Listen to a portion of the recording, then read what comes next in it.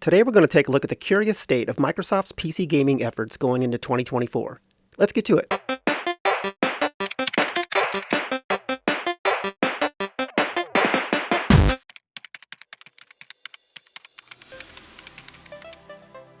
To talk about the relationship between Microsoft and PC gamers in 2024, we have to talk about how it got to where it is. Gamers can be passionate about their hobby of choice, and it'd be easy to sweep PC gamers' distrust of Microsoft under this rug. But this is a relationship more than 20 years in the making. So let's deep dive into the weird and curious state of Microsoft's PC gaming efforts going into 2024 and beyond.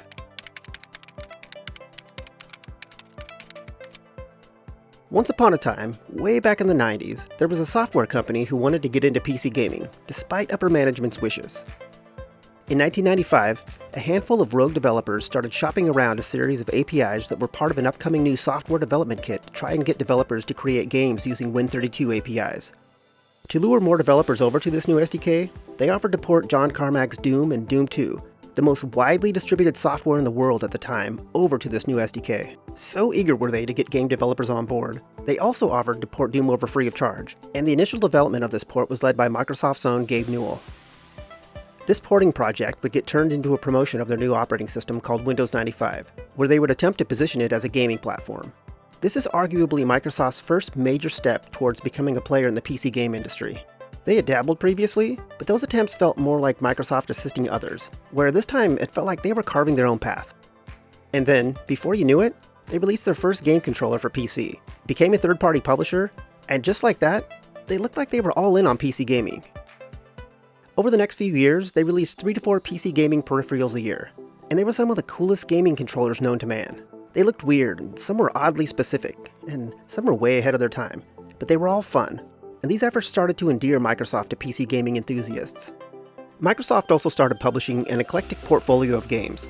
Games like Metal Gear Solid, Deadly Tide, Midtown Madness, Allegiance, Asheron's Call, Close Combat 1, 2, and 3, Dungeon Siege, and Freelancer. From 1997 to the year 2000, their year-over-year PC game output exceeded each previous year, culminating in 2000 with a whopping 17 PC games released. This all seemed to make sense. Why wouldn't the makers of the world's most popular desktop operating system want to lead the way on that platform in gaming? This was a golden age of PC gaming, and Microsoft was a major player. And remember, this was all while there was a general uneasiness from upper management with being in the gaming space at all. But in 2001, things took a turn. Their year-over-year PC game output dropped by around 50%, and this decline continued year-over-year after that. In 2003, they discontinued their Sidewinder line of PC gaming hardware, and by 2004, they had been reduced to publishing a single PC game that year. This was the first of several entrances and exits in the PC gaming space for Microsoft. Abandonment leads to trust issues, and this is where their relationship with PC gamers started to sour. So what happened in 2001 that would pull Microsoft's focus away from PC gaming? Well, this happened.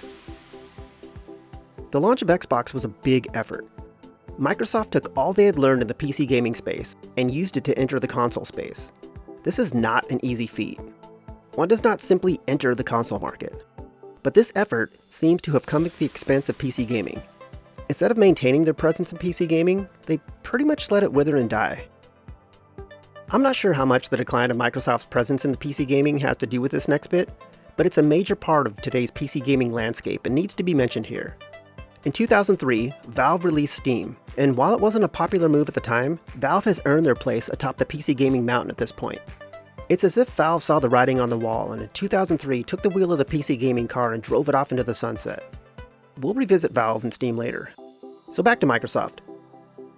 By the time the Xbox 360 launched in 2005, Microsoft had all but made PC gamers feel like second-class gaming citizens. Most of their good games were released on console only. Most of their good gaming hardware was made for consoles.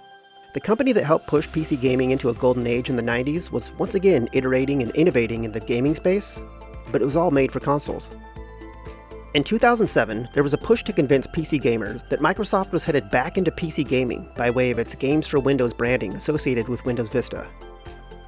Both Halo and Gears of War, two games that were aimed directly at PC gaming enthusiasts, were a bit of a mess. From install workarounds to performance and stability issues, they were great games buried underneath unnecessary technical issues and red tape. Microsoft faded away from the PC gaming space again, and didn't re-emerge until around 2010, when they released 2 games on PC, Fable 3 and Age of Empires Online. Age of Empires Online was divisive. Fable 3 was yet another game that had been released on console the prior year. It was also bound to their Games for Windows Live service, which was very unpopular with PC gamers because of Microsoft's heavy-handed requirements around the live service. One step forward, one or more steps back. Then in 2012, Microsoft started another push to market an upcoming Windows release and tied it to PC gaming. There were a lot of games shown in the marketing, but this time things were different. The operating system was being positioned as something of a touch-friendly tablet competitor, and the games? Well, for the most part, they were touch-friendly games. For PC gamers, the perception was that these games were mostly mobile ports.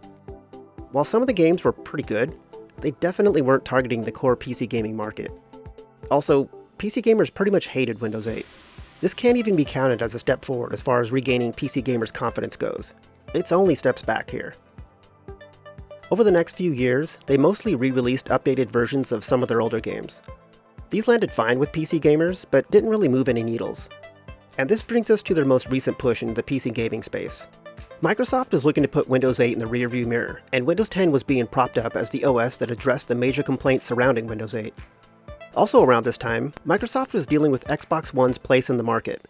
The console announced was one for the ages, and not in a good way. The fallout was still being felt.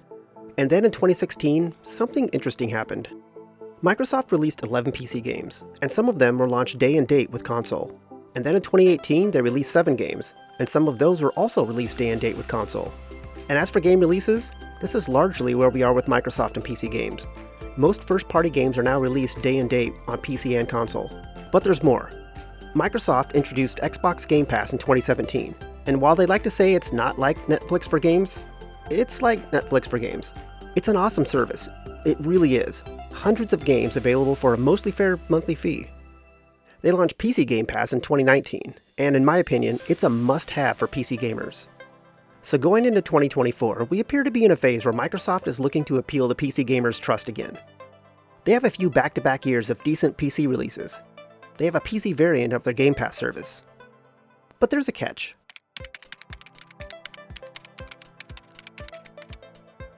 One of the more consistent issues that we come across when talking about Microsoft's modern PC gaming push and PC gamers being wary of said push are the access points that Microsoft currently has in place. The Microsoft Store and the Xbox app. There's a lot of ground to cover here, so we've broken down the core issues into 5 categories: content discovery, content support, app performance, app stability, and app customization. Part of the content discovery issue is the fact that Microsoft has 2 access points for PC gamers on Windows as of 2024, the Microsoft Store app and the Xbox app. They're 2 entities that have different purchase and install points to get to the same content. There's even a link to open the Xbox app on some game pages in the Microsoft Store. The Xbox app is kind of a subset of the Microsoft Store app with some gaming-focused features tacked on.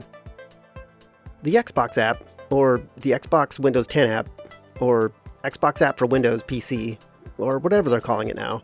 It's actually weird to try and call it by name because it's a brand and an app and a console, and none of that makes it easy to reference. At any rate, the intent is for PC gamers to use the Xbox app to install PC Game Pass games or non-Game Pass games that you've purchased from the Xbox app or from the Microsoft Store. On one hand, I get that there are 2 apps. The Xbox app appears to be more gamer-focused. On the other hand, this is a legit confusing scenario for consumers. It's confusing to try and explain here. There's an old quote that says, "If you can't explain it simply, you don't understand it well enough." Guilty as charged. But in all fairness, I'd be surprised if folks at Microsoft could explain this simply themselves, so I don't think gamers are the ones to blame here. The more you talk about it, the more confusing it gets. So I'm going to move on. The content discovery issue is actually much deeper than there just being 2 access points. It's how the content is laid out. If you're looking for something recently added to Game Pass, then you're in luck, because they've done a fantastic job of surfacing those games. And for the most part, getting to your installed games is also pretty good, as long as you don't have a lot of games installed. Under 30 is fine. You'll be doing a bit of scrolling as you pass 30, though. Discoverability starts to go downhill once you start looking for games outside of these 2 buckets. First off, it depends on what you're looking for. Are you looking for a game on Game Pass, or are you just looking to browse games? Outside of the recently added section, discoverability isn't great. Most things are row and card based. There's a few things grouped into categories like most popular, trending, and what's happening, but these groups kind of feel like variations of the same thing. For the most part, this main section of the app is like navigation on a Fire TV in both user interface and user experience. It's not great for a mouse and keyboard. At first glance, it's somewhat visually appealing, but there's a sameness to it all that makes the rows indistinguishable from one another after a while. The experience is largely the same if you click on the store section. And this is where one of the biggest discoverability offenders lives. Up top, there's another series of buttons, and one of them is called add-ons. Click this, and you're dumped into a list of every single add-on for every single game available. No filters, no sorting options, just hundreds or even thousands of cards to scroll through. There's a search box up top that's not contextual to add-ons, and it'll simply do a global keyword search across all games and add-ons. To be honest, I have no idea why this add-ons button even exists. It's really weird. Please, go click on it right now, check the results, and let me know what you think. The other interesting subsection off of the store section is the All PC Games button. They have proper sorting options and filters here, but there's a couple of callout issues. The search box up top is still global. If you filter to 4K on this page, you'll see a set of results, but if you search from here, the search results ignore the 4K filter. The capabilities filter is missing an option for Xbox achievements. However, if you go to the Game Pass page and click All Games, there's a capabilities filter option up top there, and this one has an Xbox achievements filter. I'm an achievement hunter, so I need this filter. This is also one of several inconsistencies that exist throughout the Xbox app. Over in the My Library section, you have two main areas: Play Later and My PC Games. Once again, the search isn't local, and we're still stuck with that global search, so no searching your library from here. There's some filters here, but overall, this section isn't large library friendly. I have about 200 games, and the only option is to scroll if I want to find a game that I own that isn't installed. There's absolutely nothing here to make this library feel like your own. Zero customization options, no custom cover art, what you see is what you get.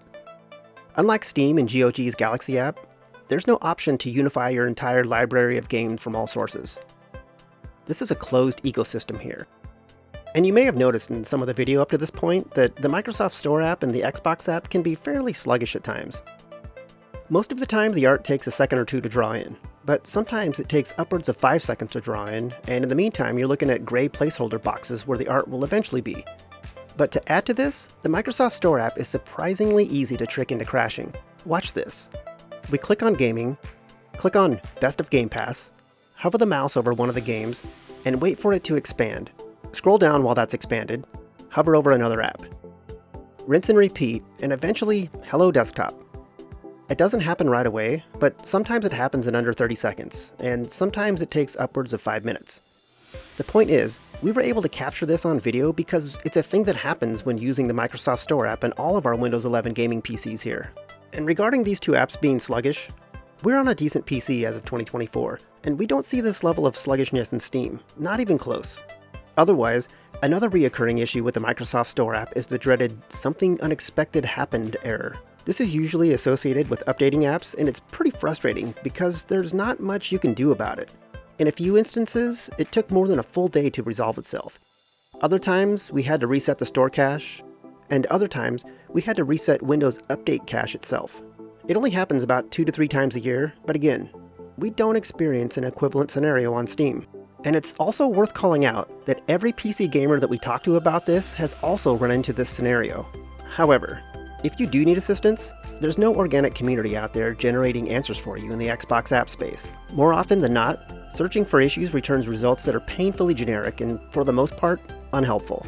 And if you do find something that resembles your issue, it's likely to point you to the Steam discussion page for that game. But unlike the main competitor on PC, there's little to no community around the Xbox app.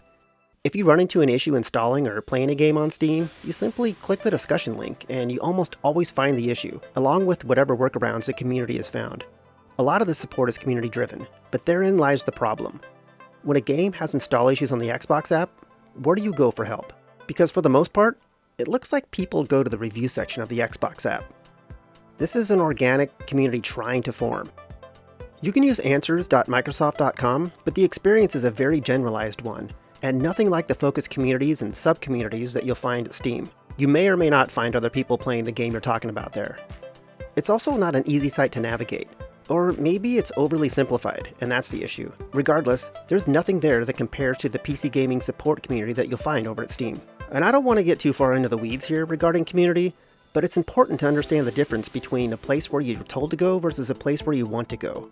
One you visit because you have no other options, and the other you visit because you want to. One is more like a utility, and the other is more like a community. A couple of other things that I want to cover here is support for ultra-wide monitors, support for controllers, and modding support. I have a 32:9 monitor here, and this is what the experience is like. While at the desktop, I run most apps in windowed mode, and it's essentially like having two monitors side by side. If I don't open and keep the Xbox app on the far right of the desktop, the next time I launch, it will either end up with the app being full screen or as a little 1080p size window on the right side of the desktop. This gets old fast. I've filed this issue multiple times since 2019, provided detailed information in the Xbox app user feedback, yet it's never been addressed. I get that ultra-wide users are a subset of the market, but I'm willing to bet that they're also more likely to be PC gaming enthusiasts, which is the exact audience Microsoft needs to win back. I also want to cover the cloud gaming section, and I'm going to combine this with controller support as well. The cloud gaming section is a lot like the other sections in that it's a bunch of cards and rows, and the search box is global. Well, the one up top is. Discoverability is its own unique mess here. Your only option is to scroll up and down on this page, and clicking on the titles of the rows doesn't take you to subgroups like some of the bars on the Game Pass and Store page do. But if you go all the way to the bottom, you'll find another search box that is contextual. So it is possible to have a contextual search. Speaking of inconsistencies, let's talk about controller support and the better option there for cloud gaming. The web version. Controller support throughout the Xbox app is not good. We did a quick video about compact mode and ran through how the controller behaves in the Xbox app, so watch it if you want a bit of a deep dive, but the TLDR is that it's wildly inconsistent. But there is another option for Xbox cloud gaming, and it's not a workaround, it's officially supported. It's the web app. If you open a browser window, click on the Game Pass dropdown, and select Xbox Cloud Gaming Beta, you end up at a front end that's much better for controller navigation, for the most part. It's not perfect, but it's much better for things like handheld gaming devices. The navigation experience is simply optimized for controllers. From the shoulder button cycling content in rows, to the Y button taking you to the search box from wherever you are, as long as you stay in the cloud gaming sections, it's much closer to a proper controller UI than the Xbox app is by a long shot. And finally, there's mod support. While some games in the Xbox app do support modding, they don't support some of the most popular modding tools. The biggest example is the use of SKSE with Skyrim mods. If you've ever seen a video showing Skyrim running in 2023 and it looks like a modern game, SKSE is probably in the mod mix, and there's probably a lot of mods that are dependent on it. There's still a lot of mod options outside of SKSE, but this example shows how limited mods for the Xbox app versions of games can be. I maintain a mod for Fallout 76 to enable 32:9 support, and I don't test it on the Steam version because there are mods out there for that version that don't work on the Xbox app version. So if I want 32:9 support, I either switch to the Steam version of the game or make a mod myself. You might love the Xbox app, and it might work great for you, and that's awesome, but it's not the experience or sentiment of any PC gamer who we talked to while making this video.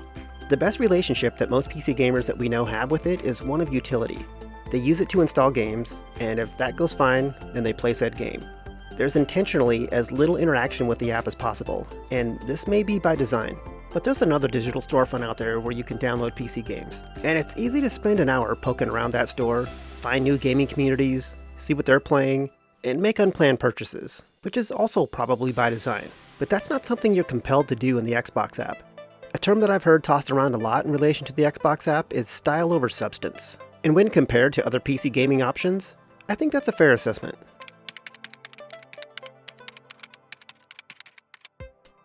So with the PC gaming community being skeptical of Microsoft's past PC gaming missteps, and their general displeasure with their current PC gaming access points in 2024, is there anything that can be done?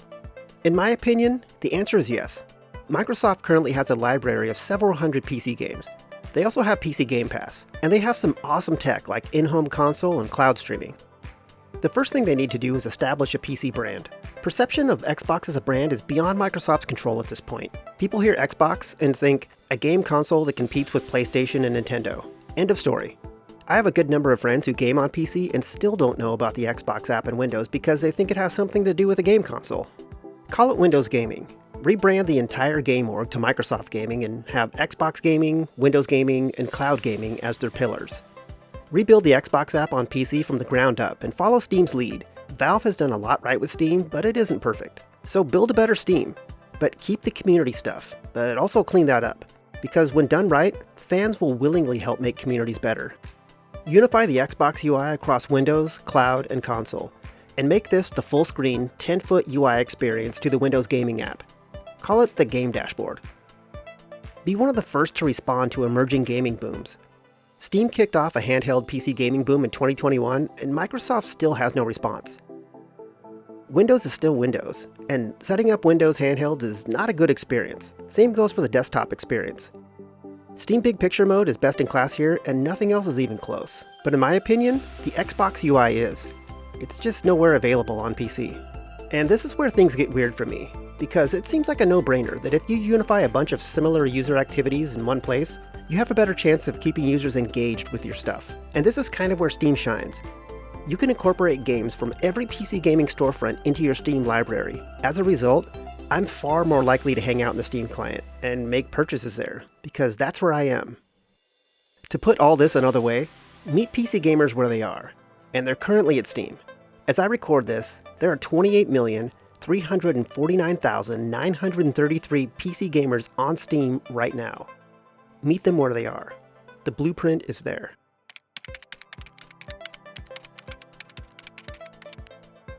And that's pretty much the weird and curious state of Microsoft's PC gaming efforts going into 2024 and beyond, with a little what if at the end there. PC gamers are still wary of Microsoft in the PC gaming space, and it's not entirely unwarranted. Will Microsoft once again step away from PC gaming in the future? Now that they own studios like Blizzard and Bethesda, I don't see them falling to one game release a year ever again, but who knows? Game development in the AAA space has only gotten longer over time, and game development costs have only gone up. And there's a general perception that Microsoft is a shareholder-first company, who's quick to exit a segment if said shareholders aren't happy with the returns on their investments. Just look at Microsoft's Nokia deal, that they pretty much wrote off as a $7.6 billion impairment charge, and that was before they had a $2.8 trillion market cap. There's FU money, and then there's $2.8 trillion market cap money. We could be entering an era of shareholder-driven game design, where the focus is on making sure games move financial needles, and making sure charts continue to go up and to the right, by way of making sure games are designed from the ground up to meet or exceed monetization expectations. Or, we could be entering an era where these game studios have enough breathing room to create games outside of industry standards like crunch time and development hell, where their next project will be games that they've always wanted to make, but lack the financial resources and support to pull it off. At the time of this video's release, I'm not sure if we've seen a AAA game that started development after a Microsoft merger, so there's a lot of uncharted territory ahead. It's not an exaggeration to say that some of the smartest people on the planet work at Microsoft. Some of the biggest bets in tech were brought to life in those halls. At the end of the day, I think a lot of PC gamers, especially enthusiasts, are more frustrated by the potential of what could be with Microsoft in the PC gaming space than they are irritated with what Microsoft currently is or has been. And an indicator of their success here is going to be how enthusiasts respond to Microsoft's actions going forward. Enthusiasts are generally who other gamers go to for advice and for potential purchase decisions. They can be a noisy bunch, but they're the OG influencers. Back in the 90s, these OG influencers were simply called geeks. And geeks were enthusiasts who played a big part in Microsoft's rise in PC gaming during that golden age. So I'll leave you one more quote. The best prophet of the future is the past.